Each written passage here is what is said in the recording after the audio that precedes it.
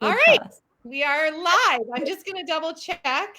Yes. On Facebook that we're on. We should be, and we are. So let me turn down the volume. Okay, hi everyone. I am here with Chantel, and we are so excited to be with you tonight. Chantel is joining us all the way from Australia on Friday morning, right? And so glad for you guys to join into this talk because this is such powerful and actionable information. And you know, Resilient Mamas is all about bringing you the information that is actionable, and it may not result in an immediate effect, but it's something that cumulatively over time, when implemented consistently, leads to big time results, big time powerful results. And if you know this information, then it's time to act on it, right? So Chantel is going to bring us that information tonight. If you have questions during this live, please don't hesitate to reach out. If you are here, say hello and tell me you're here. Okay. All right. So first I want to hear from you, Chantel. Just give us your background and kind of where you're coming from tonight. Okay, so hello everyone. Amy, if you see any comments, just let me know so I can, just tell me if we need to answer any.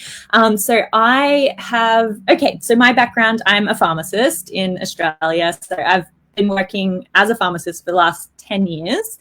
Probably in the last 6 years, I've transitioned more into that functional medicine space purely because I guess for myself, I had some issues going on probably about 6 years ago that conventional medicine didn't really have the answers for back then. So that brought me to the world of looking internally at the body and all the things that you talk about in your Resilient Mamas, really looking at like the food that we intake, our stress, how we sleep, how we move our bodies, all of those things actually can help to build that function up. And I'd always looked at the body as like kind of separate parts. Like we learn at university, the cardiovascular system and the nervous system and all those things separately. And I think I kind of opened my eyes to a whole new world of looking at this integrated approach, and that the things that influence those things are quite simple, in fact, that can build our health internally. So that I transitioned into, now I work online with clients. So I work casually at the pharmacy when they need me, and I spend most of my time really supporting women to restore their hormone balance is a big part, and all the things come into that when we say that. So that's looking at gut health, it's looking at detoxification, it's looking at the food we eat, the stress, sleep being a huge player. So that's kind of where I spend my time now and what I love to do. And obviously we've connected through functional diagnostic nutrition. It's been great to chat with you about clients and different conditions and have a friend to actually bounce off those ideas. So yeah.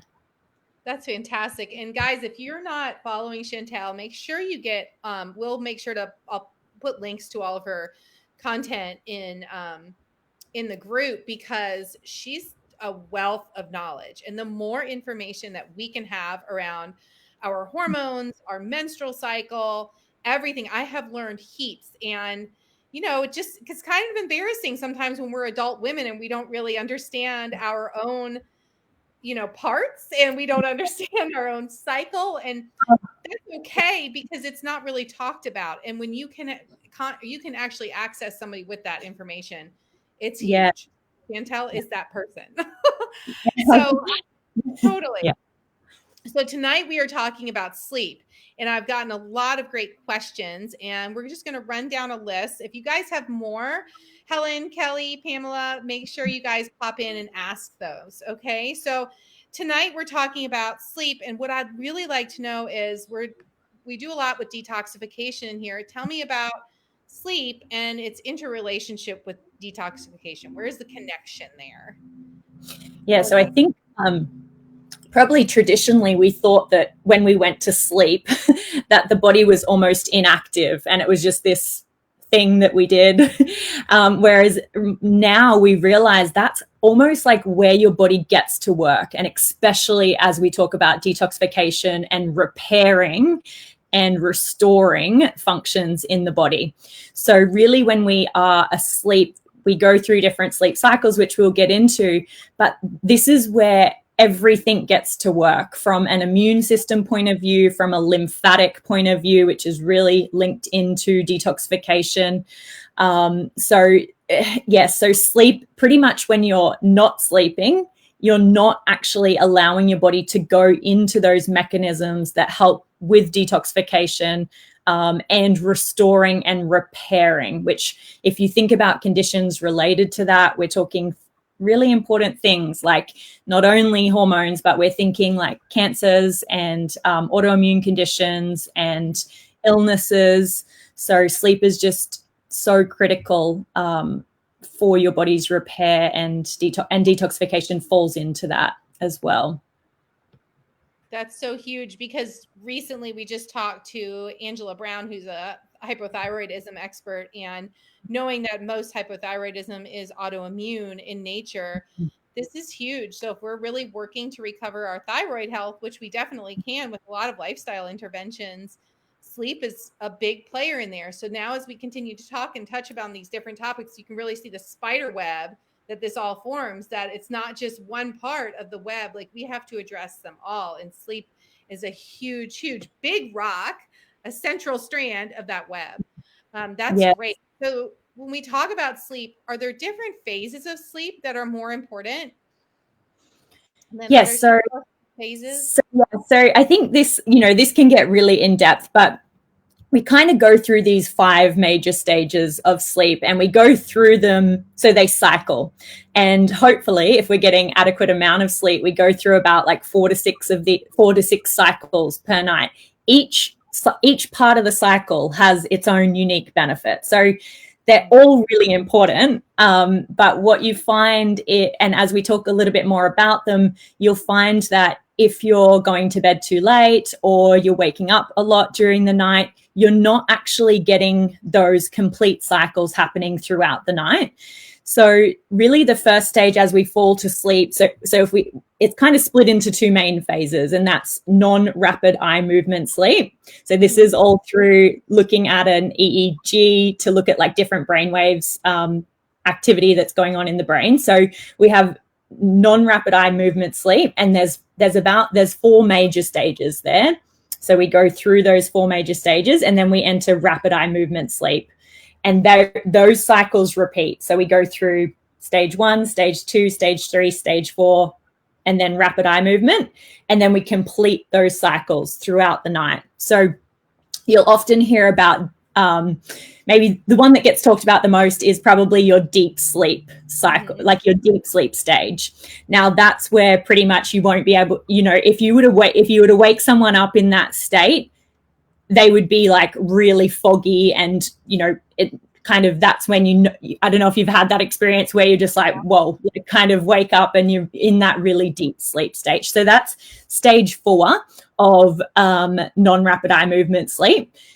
During this phase is where you get most of your restoration happening, and also where the immune system kind of gets to that repair mechanism as well. So if we're not getting into that deep or that slow wave sleep, which happens earlier in the night, so earlier phases of your sleep, often you won't wake up feeling as rested as what you should. And obviously, if we're impairing that cycle and we're not getting our repair mechanisms, we kind of always, we lose that background resiliency in terms of that physical and that, cognitive function. And you probably feel that, I guess, as a mum who's often waking during the night and possibly not getting into that deep sleep very often. Then you know that, you just almost feel like, you're not functioning as well, and you aren't, and you're more prone to illness, you're more prone to getting, even just viral infections, and because of the effect on the immune system and also on memory. Don't know if any mums have that feeling, but yes, when you actually, because you consolidate a lot of your learning and memory in that phase as well. So if you constantly feel like, my memory's not great, and you're still like a youngish person, then you may not be consolidating those memories as much. Wow, that is, I don't know. Has anybody else experienced that? Like, for sure I have, because I think I even put in the post that, hey, no judgment, but I'm still like, the girls won't go to sleep without me in their room. And then they're kind of restless during the night, and you just have that mom radar, and it wakes you up and you have that broken sleep. So what other than small children waking you up throughout the night, what other things interfere with getting into those deep phases of sleep? Are there anything that really stand out to you?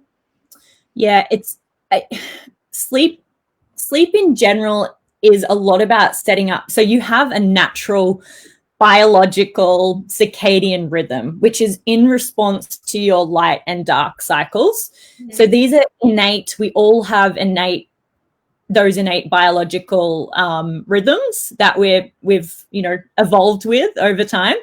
So I do find circadian disruption in general will be the biggest disruptor for your sleep and your sleep cycles. So if your circadian rhythm is not great, and what I mean by that is we've shifted it. So as a society, we've shifted that circadian rhythm, and that's because usually at night, and I'm assuming there's mostly mums in Resilient Mamas, so I'm going to speak to that a little bit. Like, when the kids go to sleep, that's often when you're like, oh my God, it's my only time to actually either get to work. So maybe that's when you do your computer work, or maybe that's your time to finally relax and you watch some television or you scroll on your phone. A lot of those things, even though it's your time, a lot of those things can be more disruptive to your natural circadian rhythm, which, if we understand that, is that when the sun shines, so it's morning here, it's very sunny outside. So as we wake up, there's a part of our retina that talks to a particular part in our brain, which really, when we get those light cues, it says, okay, it's time to be alert. It's time to be awake. We get changes that happen. So cortisol levels rise in the morning. And then during the day, as our natural biological rhythm, those cortisol levels start to wane towards the end of the afternoon and towards the end of the night. They should be at their lowest. And melatonin should start to rise in response to that dark stimulation. Mm-hmm. Often that's not happening anymore. So we're getting cortisol rising of an evening, or melatonin suppressed, or both. And that is shifting out, because melatonin stimulates those deep sleep to get us into that deep sleep as well. So yeah, I think circadian rhythm training, and there's things that we can do to try to enhance that for sure. That's a big disruptor for getting into deep sleep. So for sure. So like me sitting in front of a super bright light, staring at a blue screen an hour before bed. So this is what I did to prepare for this, because this is very atypical at this time of night for me. And yes, I go to bed at 8 o'clock, and I have no shame in that. And so this morning, I made sure to get a big block of time with bright light exposure in my eye, because I just read Dr. Rhonda Patrick released information. I don't know if you saw the post. I did. 2-hour block of time in the morning when you have bright light exposure. And guys, you don't need to be staring at the sun. You can be on your screened-in porch. It doesn't have to be anything extreme. That actually offsets late evening, late afternoon blue light exposure. So hopefully that will offset me tonight, and the test will be this evening. But yeah, that was a really good point. Very much so. We need to off our phones. You can get the blue light blocker glasses, which will be very helpful. But there's also other things, like, what about eating? How does eating late at night affect sleep? Yeah, so a few things there. Like, digestive wise, you really want your body to be able to be prioritizing that fix and repair mechanisms, whereas when you eat quite close to bed, it's almost preoccupied with still digesting the food. Alcohol will be a big secondary big disruptor there, especially for getting into deep sleep, but we can go there a little bit later. So eating too close to bedtime, that is going to affect your ability to, because that cycle, you go through those cycles. So you need to be able to get into those stages. And so if your body's kind of preoccupied with digesting food, it's going to impair those sleep cycles, getting into those. Also, blood sugar regulation as well, because depending on the meal that you eat, one of the disruptors of falling to sleep can be blood sugar issues as well. I think that's we're answering one of the questions already, but one of the big disruptors, that people don't consider, I would say, is that affects sleep would be blood sugar regulation. And that starts from the morning, but it definitely, even the evening meal would affect that as well. So making sure that dinner is a well-balanced meal with protein, fat, and those carbohydrates that are bound to fiber and other things. So you're not kind of, spiking that blood sugar. So maybe if you're having some ice cream or something like that, obviously that releases insulin, and then the insulin clears that blood glucose from your bloodstream, and often it drops it quite low.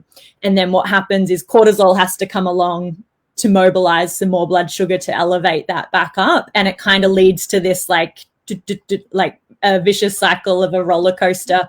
And we don't want cortisol sort of activating at nighttime. We want that to be lower and melatonin rising. Yes, we have a few questions coming in. That's really helpful. Not distracted. I think we'll dig into that a little bit more. Pamela asked, how close to bed should we eat? Or we'll start with that question. She's got a second part too. Okay. Ooh, can you guys hear me? Yeah, gotcha. Okay. Sorry, froze. So probably if we can move it to at least maybe 2 hours prior to you going to sleep. So at least 2 hours, I would say, to give yourself.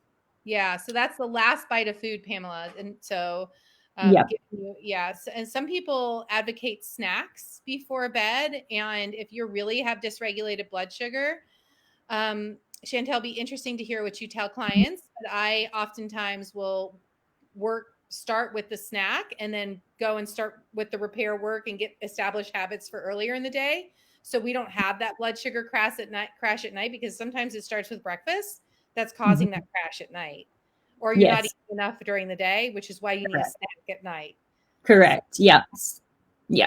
And if you're a reasonably, I don't want to say like healthy, but if you're someone who's pretty in tune with your body and you aren't feeling that roller coaster of like, and a good way to know this is, do you get like that hangry feeling? So when you're not eating, when you don't get, when you're not eating food, you go from like being okay to then like ravenish of like, I need food, or I'm an angry person.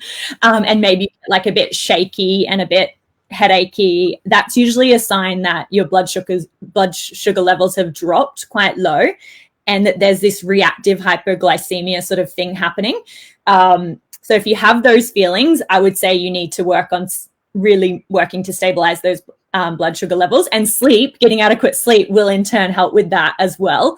But a nighttime snack, if you have like adequate, like some good quality fat and protein with some, like, so that's like maybe if you have like some coconut yogurt with some fruit at night, that's probably going to be a reasonable snack, provided we still don't have it too close to bed, to give you some stability in that first half of the night and hopefully get you off to sleep well as well. Right. I love avocado. I love avocado. Anything avocado, like avocado banana mousse type scenario is a good kind of one pre-dinner. Sometimes cacao can be a bit stimulating for some people. Yes, that's a really good one. I do that one with the kids because bananas are high in tryptophan. Yeah, and they will stimulate melatonin. So, Pamela, if that doesn't answer your question, let us know. But she had another one. Then, how close to bed should we be off of the phone? When should we shut our phone off? Okay. So I would say ideally again 2 to 3 hours. Now that, look, the reality of that is like I run a business off my devices. So, there are steps that you can put in place. Like obviously if we're talking melatonin, it's mostly that blue light stimulation, provided I often don't check my emails after 6 o'clock, because if it's a client, I'm already going to start to think about being very, like I need to actually react. So I do tend to not check my work related things. And that's a boundary thing that you have to put in place to avoid stimulating myself too much. But from a blue light perspective, obviously all the iPhones, and I'm sure the Samsung phones, have a night mode, which does have a blue lights blocking application that you can put on. And same with on the Mac as F Lux is an application, and it automatically, as the sun goes down, it will start to change the background lighting. And Amy mentioned the blue light blocking glasses is another step. But a lot of technology now is obviously acknowledging that this is a big disruptor. So they do have those things in place. So you may still be able to be on your phone, if I'm being nice, but make sure you have those mechanisms, and make sure you know yourself what is going to be like triggering and stimulating for you. And I would say if you can't control that, then yes, stay off your phone for 2 to 3 hours before. Yeah, that's a really good point, is that it's not just the light. Sometimes it's like, oh, that's really, anything that stimulates you will get you going and affect your sleep. And then you can be thinking about that, because a lot of moms end up with that circulating thought pattern, like you can't shut your brain off at night. And that happens to you guys. Let me know, because that's a really big issue that I hear from clients all the time, is that you can't get out of that thought loop. You can't just shut the brain off. That is always going. Yeah. Louis asks, why is it that when I eat red meat at night, it gives me the best sleep? Is there anything to that? Well, there could be a few things there. So red meat is obviously, it's higher in protein, so that's really stabilizing for blood sugar. So you're probably going to notice that if you were someone who, let's say, compared that to a pasta dish, so let's say you had red meat one night and a pasta dish the next night, and you noticed, I sleep so much better with the red meat night, definitely that's going to be a better effect on your blood sugar control during the night, which allows that cortisol to stay nice and low, melatonin to rise, all the things.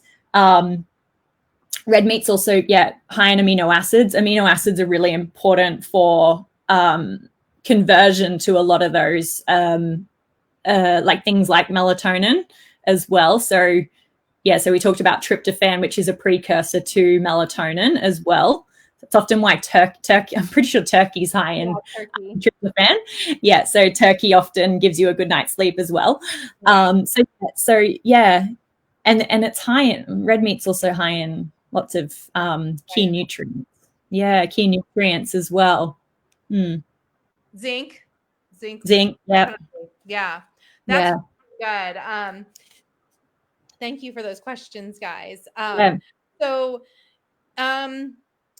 we talked about ideal windows for sleep. We talked about phases of sleep, and we talked about some of the common disruptors of sleep. So now let's talk about some strategies. We talked a little bit about setting the circadian rhythm, getting that bright light exposure first thing in the morning. Let's dig into that a little bit more, so we can think about, if it's all a new concept, does this mean I need to be outside for a really long time? Or can I what if I wake up in the dark to work out before my kids get up? Is that going to mess me up? What can I do? Okay, so I would say between, depending on where you live, I always forget, Australia's obviously got so much sun. But really so between like that 7 a.m. and sort of midday even, if you can get at least some level of light exposure into your retina and onto the skin without covering your eyes with sunglasses or your skin necessarily with sunscreen for those. So we want to get, like, I have read things that, about an hour between those time zones, like between that 7 a.m. and that midday, is really important for resetting that. It's the super, it's a part of the brain that actually sets that circadian rhythm for you. And the reason circadian rhythm is so important is that other hormones get released as a part of that circadian rhythm as well. So even as we talk about other hormones, So if you wake up in the morning and it's still dark, you still want to try and get some sort of bright light exposure. And for if you don't live in an area that allows for that, that is where there's technology now that you can get devices that actually emit that level of, those different level of lux units that would try to replicate that sun exposure.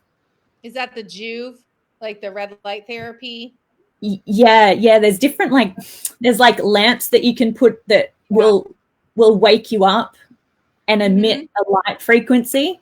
Because when you compare, I can't remember the exact numbers right now, but when you compare indoor light exposure to outdoor light exposure, it is like, the units is significantly different. So the lux units that you're getting is so different to outdoor light exposure. So like magnitudes different to indoor light exposure. And if you think about most of us, say that again. Go ahead. When you think about, I'll ask you in a second. Most of, like, if you're not aware of that, most people, if I'm generalizing, they wake up, you make your breakfast, you do your stuff in the kitchen, you do your stuff.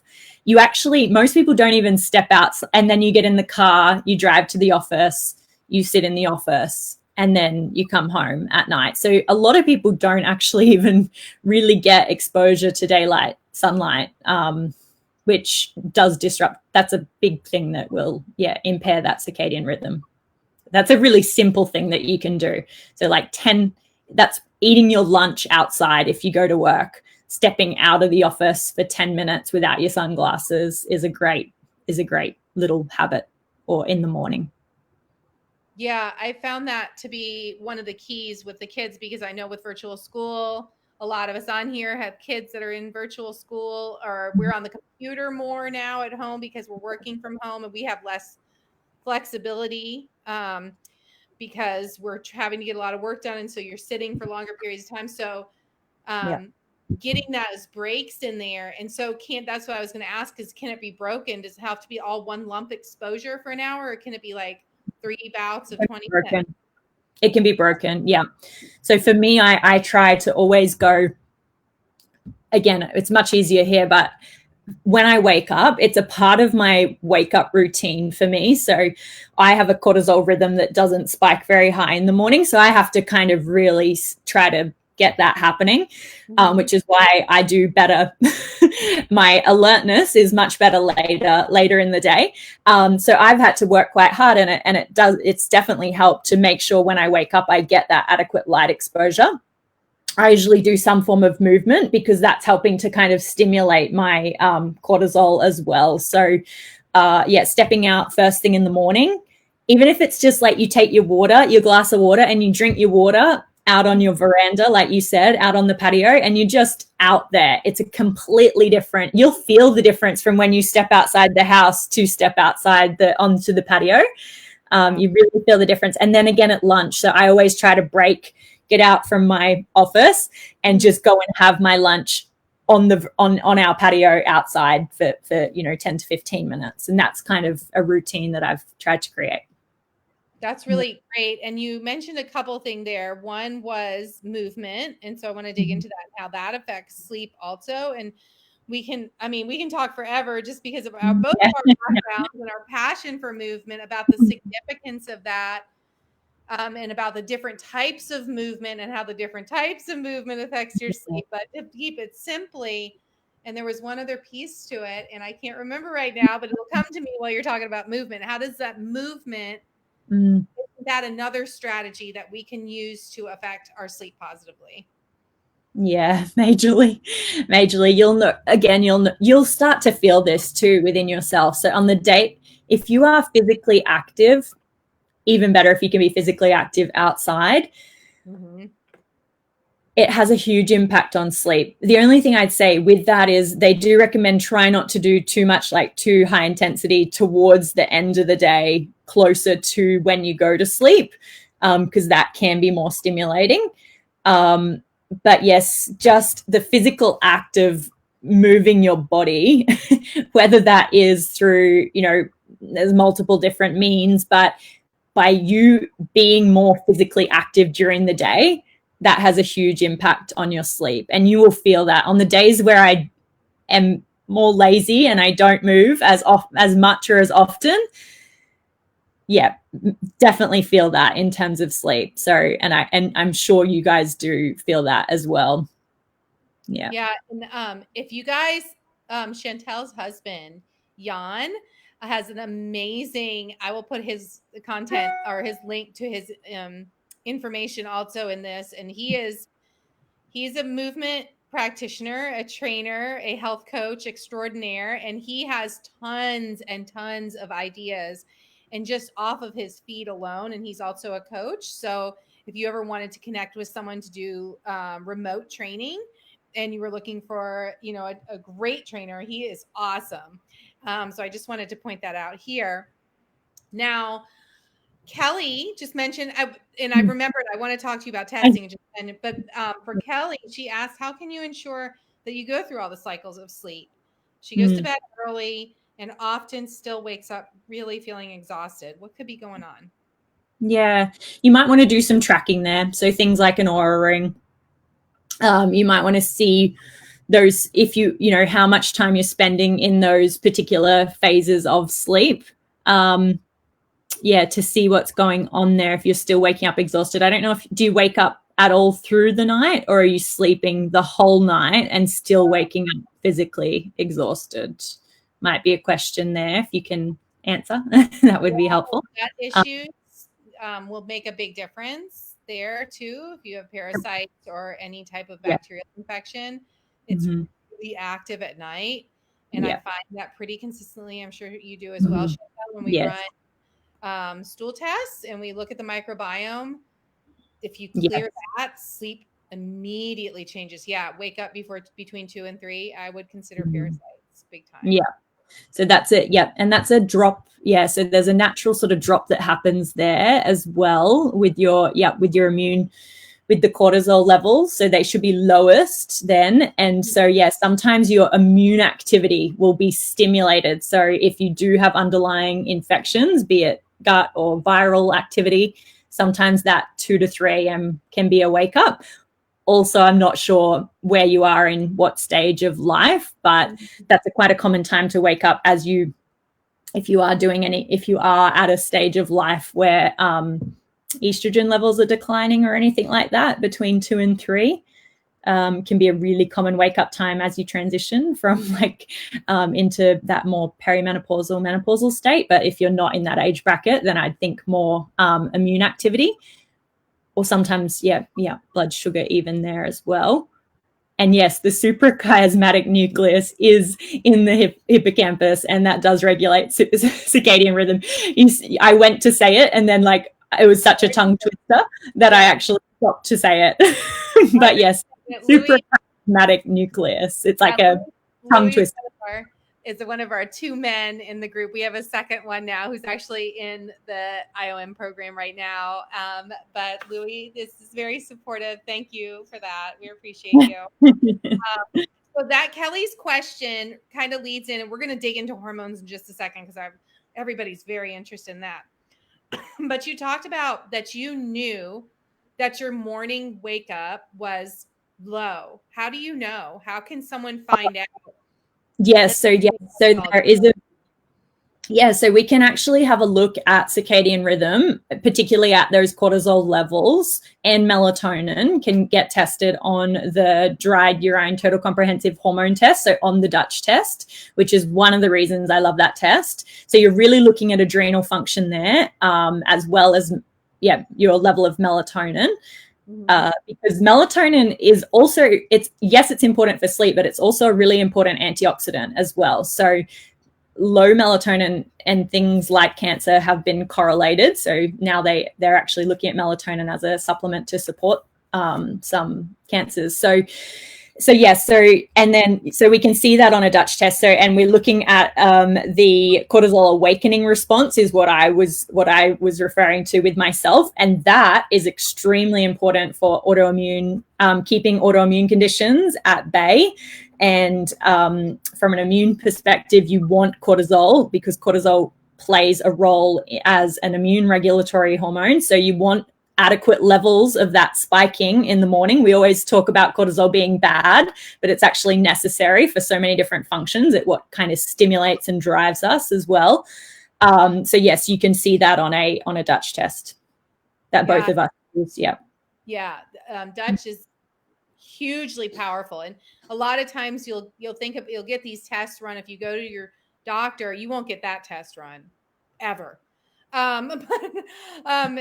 a traditional doctor, but you'll get the ranges and they'll say this is your range and it's normal or it's abnormal, but then there's no actionable information because many times those doctors may not know what to do with that information. It's no diss on them. It's just when you go through a more functional approach, you're going to look at not only that hormone piece, but you're all going to look like, okay, what's driving that? And so we're going to have a conversation around what's driving it. And then you have those steps on how to make those changes in your world to change that. And that's where the power of a functional approach, and not only a functional approach, but having this information that you can do things about it. I think the biggest, so that's a really good point. Sorry, the biggest thing because I live in both worlds, so I do get to see obviously the conventional approach and our, how we approach that in Australia, and I'm assuming it's quite similar for you guys in the States. But remember that we're really looking for disease at that stage. That's what we're looking for. So when you talk about the cortisol awakening response, look, it's not linked directly. Like if you have for me, if mine's not rising, it's not like I'm can be diagnosed with something like a label, like you have this. So it's linked. But if you're educated on what cortisol does and the importance and the links there to autoimmunity, I can start to prevent that. So if I know that as a functional practitioner, that my function is slightly not right, let's say, I can start to make changes to correct it that can prevent the progression into a labeled disease of now you have Hashimoto's thyroiditis 6 years later. So the main difference that I personally see in the approaches which is why functional medicine is the future, because if we can work at a level of identifying functions that we know can lead to things and correct them early, that's going to save Medicare or like what you guys have in this, but our government, disease management of the country, thousands and thousands of dollars. Now, then the question rises, well, why isn't the government subsidizing functional medicine? Because that's when you start to look at, well, I don't know, do they want us to be really well? Do they make money if the whole population is doing and thriving really well? I don't know, but that's where the pharmaceutical industry comes into it as well. So right, yeah, you're not going to get paid for improving your cortisol waking response. No. That's so powerful, because we're preventing a state of dis-ease in the body. And again, this is where the message gets difficult to come across, because you may not see it right away. And it's a little habit. So then Louis asked, again, is it important to be asleep between 10 and 2 a.m. for restoration of hormones to be released? Or is that a myth? I've also heard that. Yes. Yes, so it is really important so particularly for your adrenals as well. So I'd say between 10, did you say 10 and 2? Yeah, so 10 and 2 a.m. would be really important for restoring adrenal function. They usually say the earlier part of the night is more for that physical repair, and then the 12 till 4 a.m. is more that cognitive repair. But yes, and yes, for adrenal health, I would say definitely that's a good time for making sure you're feeling restored. Yeah. And I don't know, again, you can kind of feel that when you push it to midnight and then you still wake up the next day tired, your level of stress resilience, I would say, is significantly less. And you're more irritable. Yes. Yeah. And that leads to so many other things. So like in my post preparation for this, we're Yeah. talking weight loss, and many of us in this group are concerned about how we affect our body weight in a good, positive way. And sleep, and we always hear sleep is important for that. How does sleep affect weight loss? What Oh, are all the different factors? If we, yeah. huge. The things that come to mind straight away is your inflammatory response. So there's a few things. So let's start there. So inflammatory response. So there's links to like, if you're, sleeping less than 4 hours of sleep for say like 2 consecutive nights, the levels, which you can measure, the levels of inflammatory markers the next day are significantly higher, and they think women are more predisposed, more susceptible to that response. So when you have more inflammatory markers, that's going to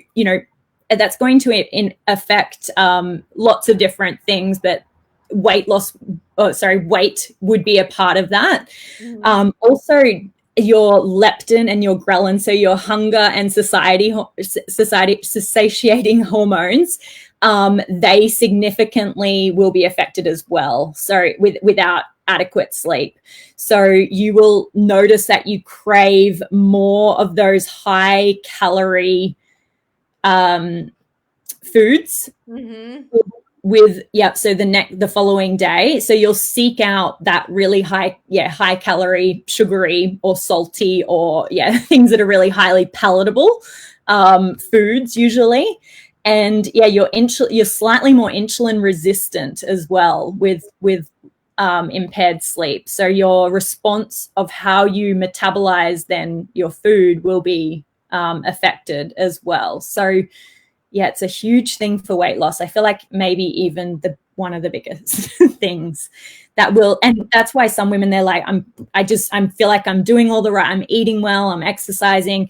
But if they're not addressing sleep, you will find that weight just seems like something impossible, that it's just accumulating without you being able to control it. And that's a big thing in that perimenopause, menopausal shift as well. That women experience with that sleep disruption. Let's talk about that. That's so huge, because many of us, I mean, I'm 41 and I'm not in perimenopause yet, but quickly approaching that.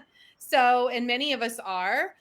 So what happens with the hormonal shifts, and how does that affect sleep when we go to that perimenopause, menopause? Yeah. So major, I guess if we talk about like 2 of the major players there, so progesterone starts to decline first before you get low estrogen. So more that perimenopausal state, which can be like 5 to 10 years before you go into menopause. So menopause is really the cessation of a menstrual cycle for greater than 12 months. So that period of once you finish, you've stopped menstruating, 12 months later, you're technically then in menopause. That's like kind of the definition as such. Whereas perimenopause kind of gets talked about a lot less. And what you usually see there is a decline in progesterone, because not all cycles are still ovulatory cycles. So you'll also notice usually changes in your cycle lengths and different things like that. The heaviness of your periods, because that's also associated with progesterone starting to exit the scene. So progesterone is a very calming hormone on our brain, particularly for the hypothalamic pituitary adrenal axis, which is really, one of the major players in our ability to adapt and handle stress. So you'll notice sometimes as you go through that transition, you have you feel like you're not handling things as well as what you would normally handle them. That's like a big statement I hear over and over. It's like what you'd normally tolerate, you're not tolerating as well. And often it's a stage of life where you're quite busy. So you have children, you have elderly parents, you're still working full time. So your commitment level is quite high to a lot of the different demands of life.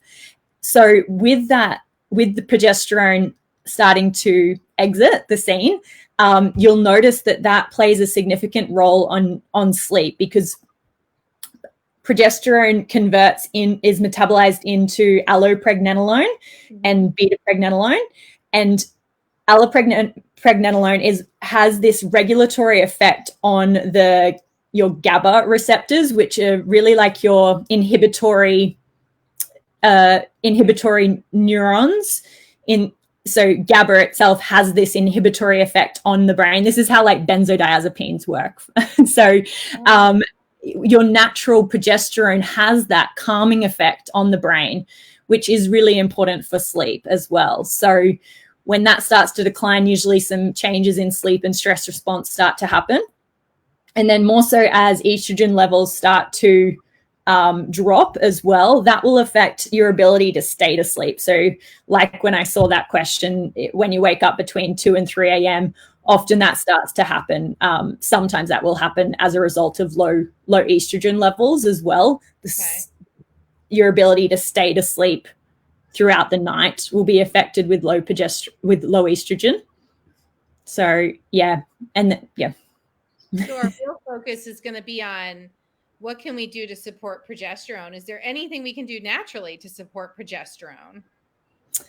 There are some things, but you kind of have to be aware that there are those natural biological processes that are going to happen. But yes, so I would say magnesium can be a big helper to calm that, to almost help to calm the response that progesterone was doing.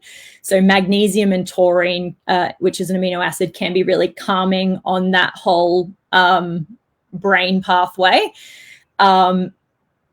Supporting progesterone really comes back to supporting your stress response system as well. So really nurturing your hypothalamic pituitary adrenal axis, which is the opposite of what your life demand is trying to get you to do, but you need to outsmart it and start to have more restorative practices in place in order to support progesterone there.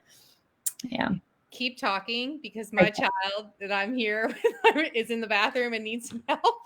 Too much information, but that's where we're going. I knew it would happen. I'll be right back. So talk a little bit more about progesterone, maybe some foods to support progesterone. Okay. Yeah, I'll be right back. All right. So I can see the chat, guys. So if you do, give me maybe write in there a number 5 if you are in that perimenopausal stage. So I can see actually who here needs some support in that area. So give me a number 5 in the chat if you guys are in that perimenopausal or menopausal transition. So we can maybe speak to that. Okay. I knew it would happen. Classic.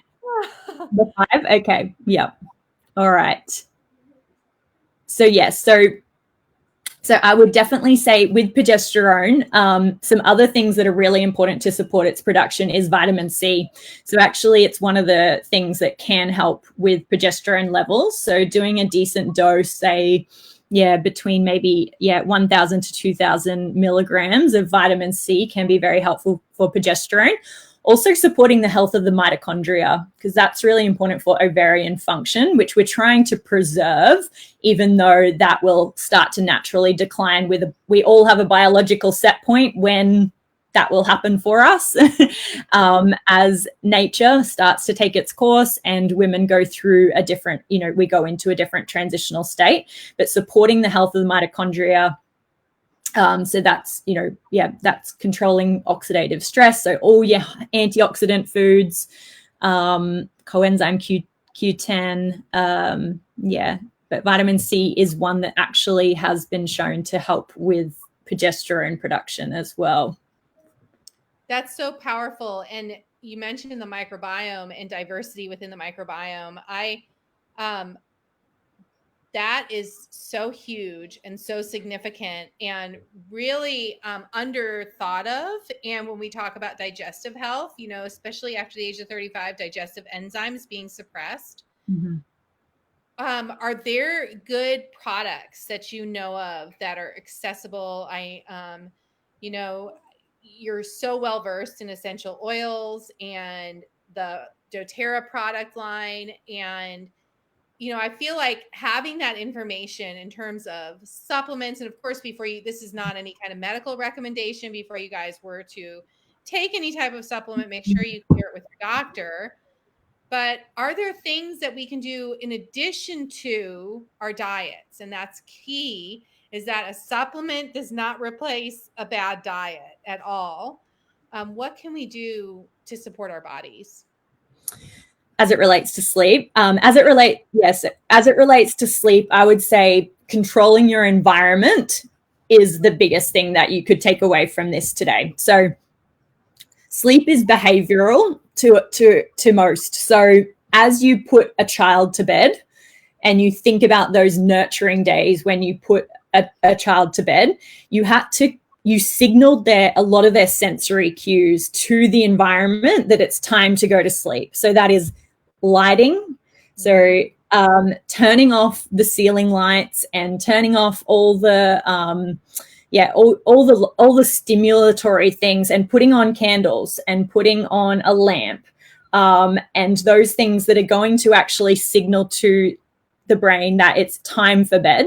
So as an adult, we are going to create an environment that's conducive to sleep for us. So, and we do that. We trick our body through the sensory system is how we do it. So this is where, for me, essential oils have been extremely beneficial for women that I've shared them with, and myself. And you can actually, and you too, yeah, and for kids as well, because if they're not sleeping, you're not sleeping. So things like, and we're talking like certified pure therapeutic grade essential oils, not the $5 lavender from the dollar shop or whatever, because they have plant constituents in there that have been used for centuries to help us, because you connect through the olfactory nerve in your nose up to an area of the brain, which really, that limbic system regulates circadian rhythm, and it controls things, and it has an effect on your autonomic nervous system.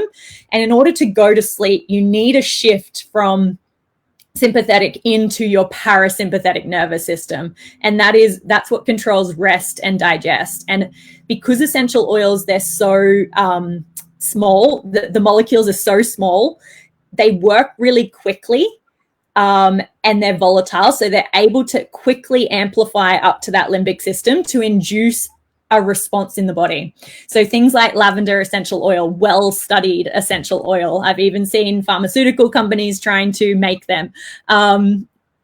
Yes, yep. So, so coupling that with like breathing, which is another way to one of the quickest ways. So I find like that olfactory with breathing, it's the quickest way to induce your body into a parasympathetic state. I have a diffuser that I set up in the room. And then I also apply them topically to the skin as well, which is going to give me that amplification up to the limbic system. So yeah, there's different essential oils that have incredibly powerful effects on that limbic system to induce sleep. So I love using that sensory stimulation there through the olfactory system.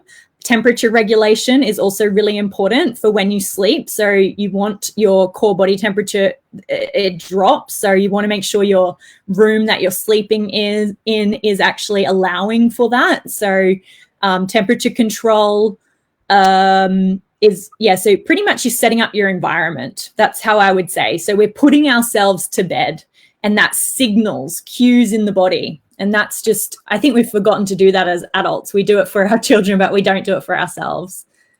So powerful. I know I recently discovered vetiver.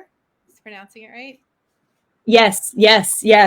And which people don't know about. Yeah. It's an unpopular essential oil. And that's the thing. So essential oils, they come from different plants from different areas, and they have different chemical constituents. So they're not just smelly things that you put in your house to make them smell good. No, we can actually use them to elicit an effect, a physiological effect in the body.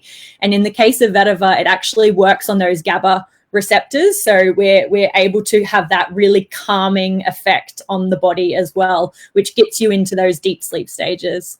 It's amazing. I will get it I get lemon every time. This is with lemon now. It's amazing. So this is so powerful, and we could keep talking for another hour, but you've been so generous with your time, Chantel, and I want to make sure that everybody can get in touch with you, especially with the power of these oils. And a lot of people don't understand them because you don't know how to really use them. And it can seem like this huge, scary thing. But what Chantel does with her education in her group is tremendous. I mean, the amount of information that she synthesizes and delivers in an understandable format is unmatched. And so I really would encourage you to we're winding down here. So I'm gonna put her information in the group and make sure that, and then you have a program now. Can you tell us briefly? Yes.